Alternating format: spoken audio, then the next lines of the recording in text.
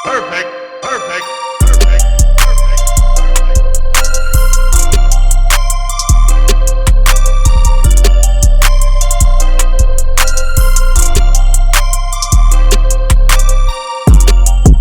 दो बड़े साइज़ की गोभी को ऐसे छोटे छोटे पीसेस में कट कर लिया है मैंने और नमक वाले पानी में डिप कर लिया है। कद्दूकस कर लेना है। कद्दूकस करने के लिए ये कटर का इस्तेमाल करें। गोभी को पीसना बिल्कुल नहीं है, अगर पीसते हैं तो दरदरा वाला गोभी का टेक्सचर नहीं आएगा तो अच्छा नहीं लगेगा, इसलिए इसे कद्दूकस ज़रूर कर लेना है। कद्दूकस करने के बाद एक टिप शेयर करूँगी जिससे आपकी टाइम की बचत बहुत ज़्यादा होगी।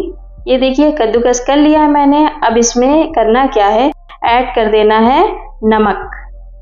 बिल्कुल ज़्यादा नहीं, थोड़ा सा नमक ऐड कर देते हैं और इसे मिक्स कर लेना है। ये प्रोसेस अगर करते हैं तो टाइम की बहुत बचत होगी। अब इसे थोड़ी देर के लिए, कम से कम 5 से 10 मिनट के लिए ढककर रख देते हैं। 10 मिनट बाद पानी बिल्कुल छोड़ देगी ये गोभी। पानी रिलीज जब कर देगी, आपको करना क्या है, एक कपड़ा ले लेना है। कपड़े पर ऐसे ही सारा गोभी, कद्दूकस किए हुए सारे गोभी को ट्रांसफ़र कर देना है। ट्रांसफ़र करने के बाद बहुत अच्छे तरीके से इसे पोटली बनाकर सारा पानी ऐसे ही निचोड़ लेना है। बहुत अच्छे तरीके से निचोड़ लीजिए। ये करने पर टाइम की बहुत बचत होगी आगे के प्रोसेस में। अब देखिए जब निचोड़ लेते हैं, ये पानी को बिल्कुल भी फेंकना नहीं है, इसे आगे इस्तेमाल करेंगे। मेरे तरीके को फॉलो कर बनाइए, सारे टिप्स को फॉलो कीजिए। इंशाल्लाह आपकी गोभी के पराठा बिल्कुल कम टाइम में परफेक्ट तरीके से आप बना पाएंगे। देखिए कितना सारा पानी निकला, इसे फेंकना बिल्कुल भी नहीं है, जैसे कि मैंने कहा था आगे इस्तेमाल करना है। आगे की प्रोसेस देख लेते हैं। एक बर्तन ले लेते हैं, उस पर ऐड कर देते हैं ये गोभी।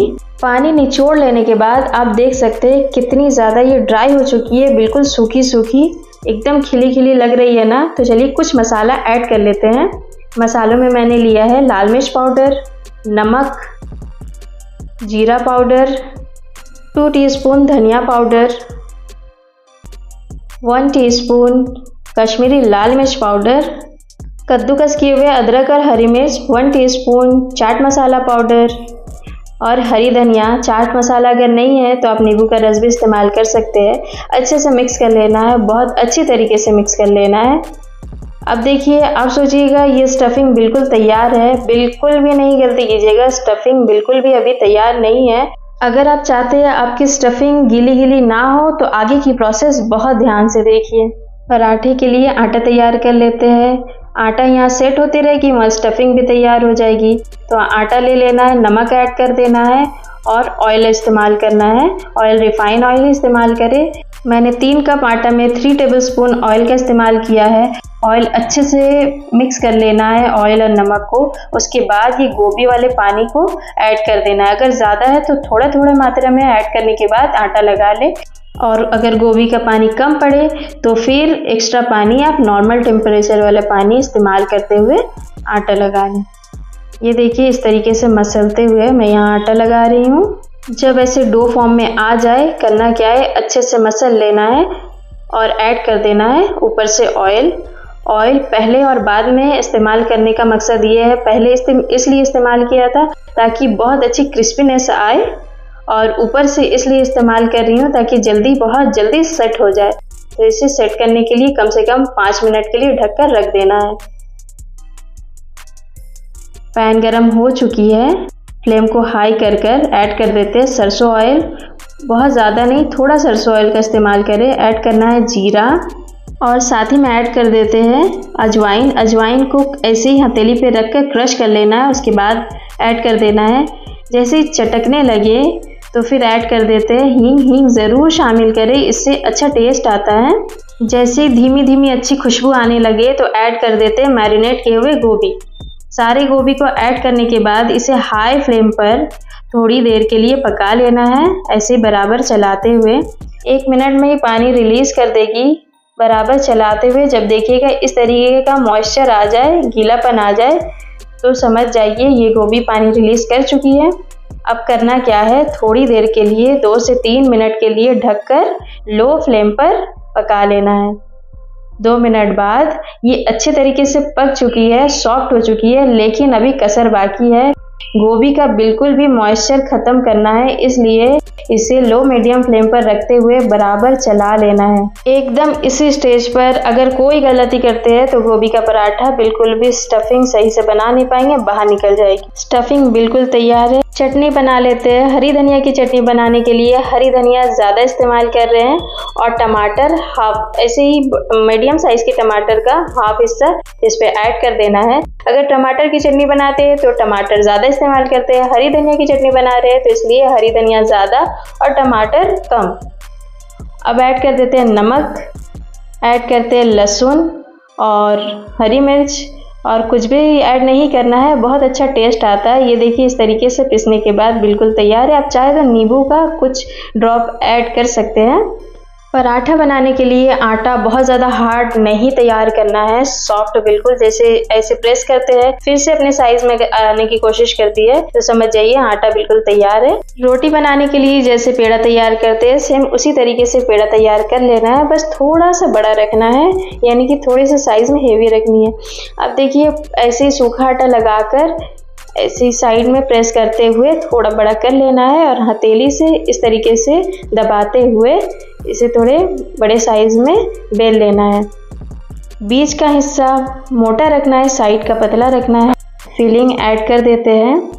स्टफिंग आप चाहे तो कम या ज़्यादा कर सकते हैं, मैं यहाँ ज़्यादा भर भर के कर रही हूँ ताकि आपको दिखाऊं कि ये बिल्कुल भी नहीं फटेगी। इस तरीके से बहुत ज़्यादा फिलिंग ऐड करने के बाद आप इसे बिल्कुल हल्के हल्के इस तरीके से साइड से ऊपर कीजिए और बीच वाली फिलिंग को अंदर करते हुए ऐसे ही पेड़ा तैयार कर लीजिए।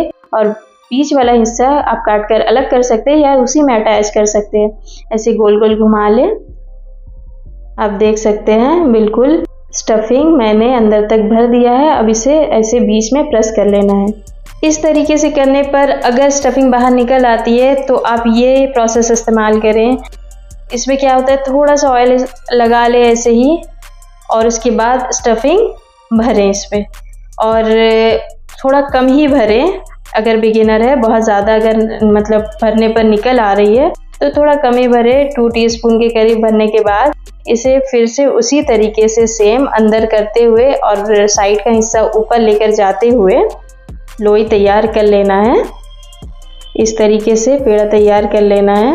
मैं यहाँ भर भर कर फिलिंग भर रही हूँ ताकि बहुत ज़्यादा भरा भरा हो और खाने में मज़ा आ जाए। एक राज की बात बता दे रही हूँ आपको, ये गोभी का पराठा मैंने पहली बार बनाया और सच में कसम से पहली बार में ही इतना अच्छा बना कि मेरे हस्बैंड को बहुत पसंद आया। वो सुबह लंच में भी लेकर गए और रात में आकर बोले कि वही गोभी का पराठा चाहिए। तो आप ये जान ही गए हैं कि गोभी का पराठा बनाने में आप भी नए हैं और मैं भी नई हूँ। ये छोटी छोटी ट्रिक लगाकर मैंने किस तरीके से परफेक्ट वे में गोभी का पराठा तैयार किया, ये आगे आप बिल्कुल इसका फाइनल रिजल्ट देखकर समझ जाएंगे।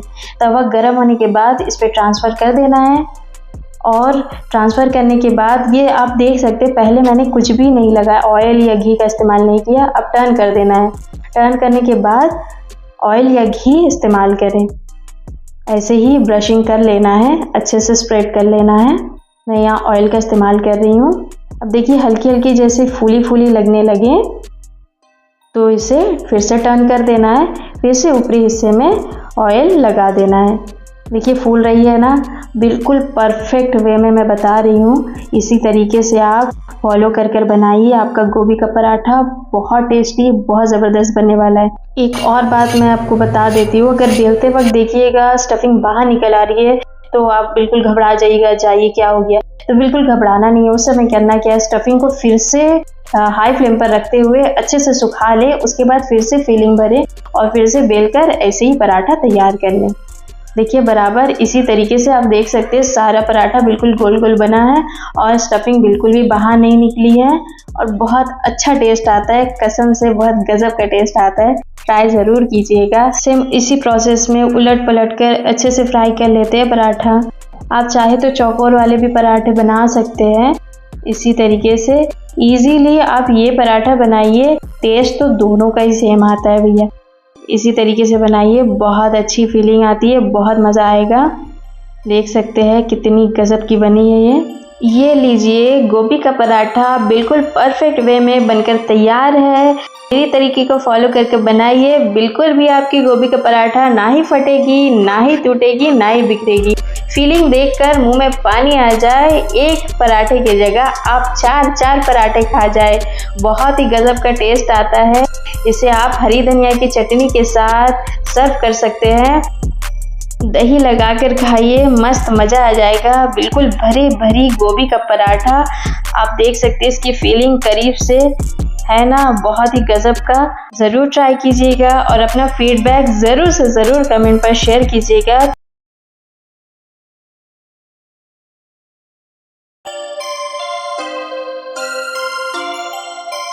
Perfect. Perfect.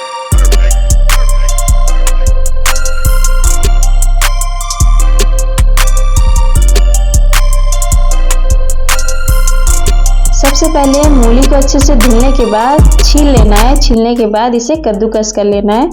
पीस कर भी बना सकते हैं, पर इस तरीके से कद्दूकस कर लेते हैं तो ये लच्छेदार जब भरी भरी बनेगी तो फीलिंग बहुत अच्छी आएगी, इसलिए कद्दूकस ज़रूर कर लें। कद्दूकस कर लेने के बाद इसमें ऐड कर लेना है नमक, मिक्स कर लेते हैं। मूली के पराठे बनाने के टाइम पर सबसे बड़ी जो परेशानी आती है वो है मूली का बहुत ज़्यादा पानी होना। ये मूली ऐसी सब्ज़ी है जिसमें बहुत ज़्यादा पानी होती है, तो इसे बहुत ही आसान तरीके से बनाने के लिए और स्टफिंग बिल्कुल भी गीली ना हो तो ये प्रोसेस करना ज़रूरी है। ढककर कम से कम 5 से 10 मिनट रख देना है। 10 मिनट बाद आप देख सकते हैं मूली बिल्कुल पानी छोड़ दिया है। ये देखिए, ये प्रोसेस अगर करते हैं तो बिल्कुल कम टाइम पर परफेक्ट वे में मूली के पराठे बनाकर तैयार कर पाएंगे। अब एक कटोरी या तो फिर बॉल ले लेते हैं, उस पर एक कपड़ा रख लेना है। थोड़ी थोड़ी मात्रा में मूली लेते हुए, कद्दूकस किए हुए मूली लेते हुए इस तरीके से निचोड़ लेना है। देख सकते कितनी ज़्यादा पानी निकल रही है। आटा लगा लेते हैं। आटा आप जितना पराठा चाहे बनाना उतना आटा ले लीजिए। स्वाद अनुसार नमक और 1 टेबलस्पून ऑयल ज़रूर शामिल करें और अच्छे से इसे मिक्स कर लेना है, मसल लेना है। ऑयल शामिल करने पर बहुत अच्छी क्रिस्पीनेस आती है, तो ज़रूर से ज़रूर शामिल करें, बिल्कुल भी स्किप ना करें। अब इसे आटा लगाने के लिए देखिए, नॉर्मल पानी का मैं नहीं, यहाँ मूली के पानी का इस्तेमाल कर रही हूँ। आप चाहे तो नॉर्मल पानी से भी ये आटा गूंथ सकते हैं, आटा लगा सकते हैं। एक बार में बहुत ज़्यादा पानी इस्तेमाल नहीं करना है, थोड़ी थोड़ी मात्रा में पानी इस्तेमाल करते हुए आटा लगा लेना है। पहले स्टार्टिंग में मतलब समझ लीजिए थोड़ी सख्त मात्रा में डो तैयार कर लेना है। उसके बाद उस पर अच्छे से मुक्का मारते हुए इस तरीके से सॉफ्ट आटा लगा लेना है। कम से कम 3 से 4 मिनट तक इसे मुक्का मारते हुए इस तरीके से सॉफ्ट डो तैयार कर लेना है। अब ऑयल थोड़ा सा स्प्रेड कर देना है, लगा लेना है। कटकर इसे ढककर कम से कम 10 मिनट के लिए रेस्ट करने के लिए रख देना है। चलिए, तो अब लच्छेदार स्टफिंग तैयार कर लेते हैं। मूली की स्टफिंग, पहले लच्छे को अच्छे तरीके से खोल लेना है। ऐड करना है हरी धनिया, हरी मिर्च, 1 टीस्पून हल्दी पाउडर, 1 टीस्पून धनिया पाउडर, 1 टीस्पून जीरा पाउडर, 2 टीस्पून कश्मीरी लाल मिर्च पाउडर, हाफ टीस्पून कलौंजी, 1 टीस्पून अजवाइन। हथेली पर लेकर अच्छे से क्रश कर लेना है, फिर ऐड कर देना है। अच्छा टेस्ट आता है, अजवाइन बिल्कुल भी स्किप ना करें। अब ऐड कर देना है आमचूर पाउडर, 2 टीस्पून आमचूर पाउडर, नमक स्वादानुसार। एक ज़रूरी बात, अगर किसी को मूली के पराठे खाने पर गैस या कॉन्स्टिपेशन की प्रॉब्लम होती है तो वो ज़रूर से ज़रूर हींग शामिल करें। ये लीजिए, हमारी स्टफिंग बिल्कुल तैयार है। इसी वे में तैयार कीजिए, स्टफिंग बिल्कुल भी गीली चिपकी नहीं बनेगी। चलिए अब चटनी बना लेते हैं। चटनी बनाने के लिए मैं यहाँ ले रही हूँ हरी धनिया, टमाटर, मूली, 6 से 7 लहसुन की कलियाँ, हरी मिर्च कम या ज़्यादा कर सकते हैं। ऐड करना है नमक। इसे अच्छे तरीके से बिल्कुल फाइन पीस लेना है, इस तरीके से, इस कंसिस्टेंसी में, जैसा कि आप देख रहे हैं। ये चटनी मूली के पराठे में 4 चांद लगा देगी, ज़रूर ट्राई कीजिएगा। तो चलिए अब पराठा तैयार करते हैं। 10 मिनट में ही आटा बिल्कुल सॉफ्ट हो चुकी है। मैंने कहीं कहीं सुना था कि पराठा बनाने के लिए आटा थोड़ा सख्त लगाया जाता है। अब तक की मेरी कुकिंग के एक्सपीरियंस से आई डेफिनेटली श्योर कि पराठे के लिए सख्त आटे की नहीं, सॉफ्ट आटे की ज़रूरत पड़ती है। अब इसे जैसे रोटी के लिए पेड़ा तैयार कर लेते, इसी तरीके से पेड़ा तैयार कर लेने के बाद ऐसे कटोरी नुमा तैयार कर लेना है। स्टफिंग भर देना है। स्टार्टिंग में आप थोड़ी थोड़ी क्वांटिटी में स्टफिंग भरते हुए आप एक पराठा पहले तैयार कर लीजिए। तब उसके बाद आपको समझ में आ ही जाएगा कि स्टफिंग कम है या ज़्यादा है या फट रही है या नहीं। तब आप नॉर्मली जितना चाहे, मैं तो यहाँ 3-4 चम्मच भर कर स्टफिंग उसके बाद ही पराठा बना रही हूँ, आप लोग देख सकते हैं। प्रेस कर देना है ताकि स्टफिंग बिल्कुल फैल जाए चारों तरफ। सूखा आटा लगाकर थोड़ा सा बेल लेना है हाथों से ही, ऐसे ही बराबर साइड पर प्रेस करते हुए सेम इसी वे में सारी लोई तैयार कर लेना है। आई डेफिनेटली श्योर अगर आप ये वीडियो पूरी एंड तक देखते हैं और अच्छे से समझ लेते हैं तो आप किसी भी तरीके की सब्जी से आप पराठा बनाना चाहे तो इजीली बना पाएंगे, वो भी परफेक्ट वे में। तो एंड तक ज़रूर देखें वीडियो को। सेम उसी प्रोसेस में मैं देखिए ऐसे ही प्रेस करते हुए हाथों से ही जितनी चाहे आप मतलब बेल लीजिए तो इजी हो जाएगी और आपका वो बेलते वक्त बिल्कुल भी फटेगा नहीं और स्टफिंग बिल्कुल बराबर किनारों तक जाएगा। तो ये प्रोसेस करना बहुत ज़रूरी है। चलिए अब बेल लेते हैं। थोड़ी ज़्यादा मात्रा में सूखा आटा लगाते हुए अगर आप बेलते हैं तो कोई भी प्रॉब्लम नहीं आएगी। जैसे आपको चिपकी लगे तो आप ज़रूर सूखा आटा इस्तेमाल कर लीजिएगा और बराबर इस एक ही बार में बेलने की कोशिश ना करें, थोड़ी थोड़ी बार में थोड़ा थोड़ा ऐसे टेक लेते हुए बेल लीजिएगा। तो बहुत इजी वे में आप ये पराठा बनाकर तैयार कर पाएंगे और सही वे में आप बेल पाएंगे। तवा जैसे ही गर्म हो जाए बेले हुए पराठे को ट्रांसफ़र कर देना है। अब देखिए बहुत ज़्यादा हार्ड गर्म होना नहीं चाहिए तवा, जैसे हल्के हल्के कलर चेंज होने लगे टर्न कर देना है। पहले मैंने घी या ऑयल बिल्कुल भी इस्तेमाल नहीं किया। टर्न करने के बाद इस तरफ आपको पहले पराठे में लगा लेना है। घी, ऑयल, बटर कुछ भी लगा सकते हैं आप अपने अकॉर्डिंग। मैं यहाँ सरसों ऑयल का इस्तेमाल कर रही हूँ। हल्की हल्की जैसे फूलने लगे तो इसे टर्न कर देना है। इसकी फीलिंग देखिए कैसे उभर कर आ रही है। मूली के पराठे बनाने की सबसे खास बात यही होती है कि फीलिंग बिल्कुल उभर कर आए और बिल्कुल बराबर चारों तरफ भरी भरी हो। ऑयल को अच्छे से स्प्रेड कर लेना है, ब्रशिंग कर लेना है। कर लेने के बाद इसे स्पैचुला से ऐसे टर्न कर देना है, उलट पलट कर बराबर ऐसे ही सेक लेना है। इस वे में अगर बनाते हैं तो आपको पराठा बिल्कुल ऐसे ही क्रिस्पी बनकर तैयार होगी। आवाज़ सुनकर आप समझ ही सकते हैं। चलिए तो पराठा बिल्कुल अच्छे से सीख गई है, जैसा कि आप देख सकते हैं। इसी वे में मैं सारा पराठा बनाकर तैयार कर लूँगी। ऐसे ही परफेक्ट वे में बहुत सारे पराठे की रेसिपी मैंने शेयर किया है, आप चाहे तो जाकर चेक कर सकते हैं, देख सकते हैं। और हाँ, एक ज़रूरी बात, अगर आप मेरी वीडियो अभी तक देख रहे हैं तो मेरे चैनल को प्लीज़ सब्सक्राइब कर दीजिए। आप लोग वीडियो तो देख लेते हैं पर सब्सक्राइब करना भूल जाते हैं, तो इसलिए मैं याद दिला देती हूँ। तो प्लीज़ मेरे चैनल को ज़रूर सब्सक्राइब करें। ये लीजिए बिल्कुल परफेक्ट वे में, परफेक्ट तरीके से मैंने ये मूली का पराठा बनाकर तैयार किया है। इसकी फीलिंग देखिए, बिल्कुल मुंह में पानी आ जाए, है ना, बहुत ही गज़ब की। ज़रूर ट्राई कीजिएगा और अपना फीडबैक कमेंट पर ज़रूर शेयर कीजिएगा। तो चलिए मिलते हैं नेक्स्ट वीडियो में। अस्सलाम वालेकुम।